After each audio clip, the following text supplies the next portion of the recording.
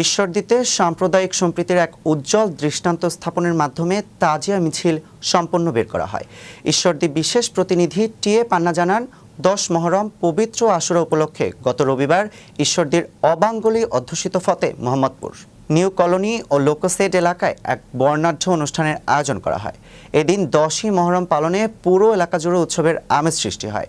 এসব এলাকার 11টি স্থান থেকে খণ্ড খণ্ড তাজিয়া মিছিল নিয়ে খলিফা বা প্রধান বাচ্চু মিয়া, আসলাম উদ্দিন ও লাল্লু মিয়ার নেতৃত্বে ও স্থানীয়দের স্বতঃস্ফূর্ত অংশগ্রহণে লোকোসেডে অবস্থিত ফুটবল মাঠ থেকে সারিবদ্ধভাবে তাজিয়া মিছিল বের করা হয়।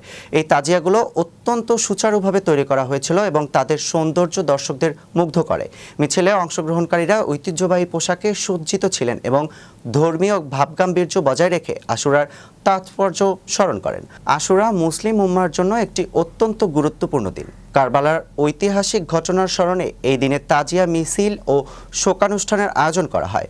ফতে মোহাম্মদপুর নিউ কলোনির এই আয়োজনটি এলাকার ধর্মপ্রাণ মানুষের মধ্যে এক গভীর আধ্যাত্মিক আবহ তৈরি করে। স্থানীয় গণ্যমান্য ব্যক্তিরাও এই অনুষ্ঠানে উপস্থিত ছিলেন এবং আশুরার তাৎপর্য নিয়ে আলোচনা করা হয়। আশুরা উপলক্ষে প্রতি বছরের ন্যায় এবারও ফুটবল মাঠে মেলার আয়োজন করা হয়।